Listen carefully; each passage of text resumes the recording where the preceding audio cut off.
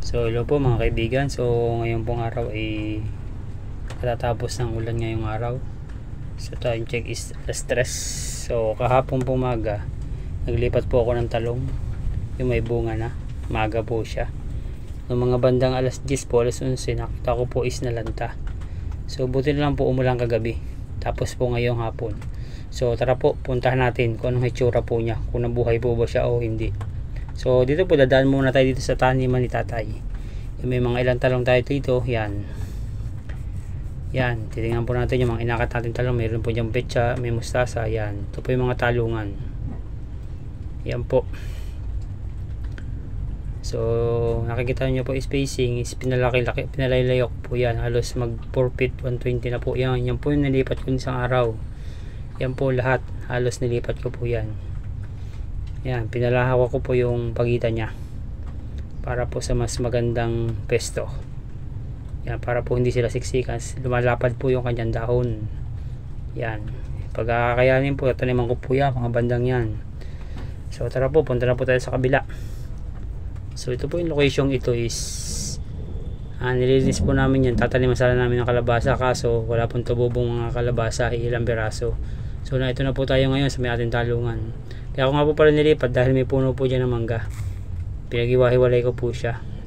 Naari po siya, oh. Yan, nakita nyo naman po, medyo lanta na. Natuyo po siya talaga kahapon, may bunga na po siya. So ngayon po naka-recover po siya mga kaibigan. Yung pag-akat ko nga po pala dyan is ginalagyan ko po siya ng tuyong down sa ilalim.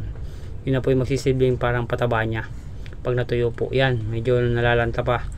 Pero dahil sa dalawang beses umulan, yan, naka-recover po. Kitang kita nyo naman po, may bunga pa yung isang maliit, oh. Medyo lanta pa po mga dahon yan. Pasalamat po ako at umulan. Yan, huwag nyo pong gagayahin na mag-akat ng inyong tanim kung mainit. Kailangan po, the best po is maulan. Yan. So ayan na nga po, nakakatuwa po dito, oh. Halos nagsishampoo yung isang puno ang mga bunga at bulaklak sa isang puno. Halos sa bawat sanga po is nagtatatlo. Yan, tatlong sanga po is halos tigtatatlo ng bunga. So nakakatawa po yan pag nagkaigi po tayo, is pagpalain po na mas maganda pong ating harvest.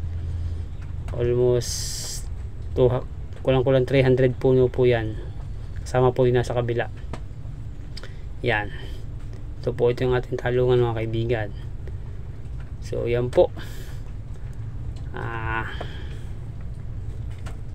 Maraming pong salamat sa inyong panonood. Yan, kailangan po paglipat po ng talong ay o namang halaman ay maulan para po hindi siya mamatay. Kailangan po kasama nyo ay ang ugat, saka po yung lupa pag inyong bungkal mga kaibigan. Tapos lagyan nyo po ng tuyong dahon sa ilalim. Yan, pinakang pampataba na nya. Thank you po for watching.